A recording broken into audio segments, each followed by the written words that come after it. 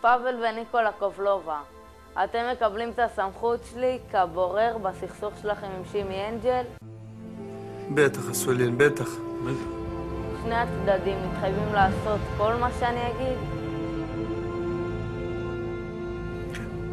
שימי, במשפט אחד, מה הבעיה שלך עם האחים? הם הרגו את אח שלי.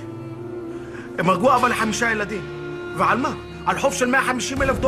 דירת 3 חדרים ברמת גן, על זה הורגים בן אדם? כמה מילים צריך בשביל להגיד שהם הרגו את אח שלך? קובלובה, אתם הרגתם את מורדוך? זה היה טעות. אני דרסתי אותו. איזה מין טעות זאת שדורסים בן אדם? זה טעות זה? אני לא התכוונתי. קשרתי אותו לעץ, והתקרבתי עם המכונית, ברח קלאץ'. אני חושב ששימי ירצה לדעת שקברתי אותו ואמרתי עליו קדיש מה נשמע ישראל? דרסת את אח שלי קשור לעץ? על חוב בשווי מרצדס VMX, ככה הורגים אבא ל5 ילדים? אסולין, אני רוצה נקמה. אני מחליט מה הולך להיות. אחיך לא שילם את החוב. בתורה, בפרשת השבוע נאמר, ואלוהים נתן חוכמה לשלמה, ויקרתו ברית שניהם. שימי, אף נקמה לא תהיה פה. וכסף לא מכפר על פגיעה בחיי אדם. אתה מבין אותי? תסתכל עליי. אתה מבין אותי, שימי? אני מבין. האחים קובלובה, מהיום, כל יום אתם מניחים תפילין ומבקשים סליחה מאלוהים. עכשיו תלחצו ידיים, אדם הרע ביניכם מבוטל. בולדוג, תפזר את ההפגנה, יש לי עסקה על הראש. תסדר את הבריכה, אני רוצה לנוח.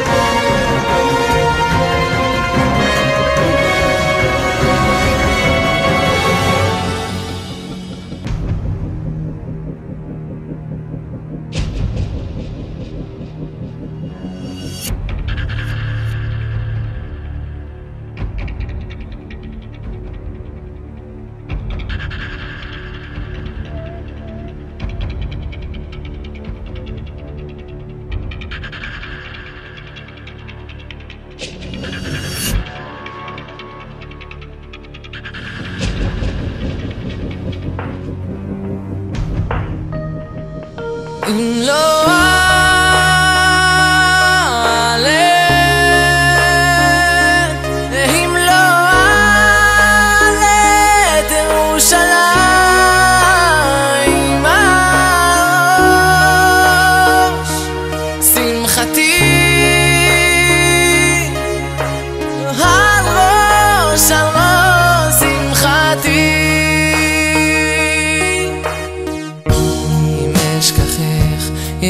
ירושלים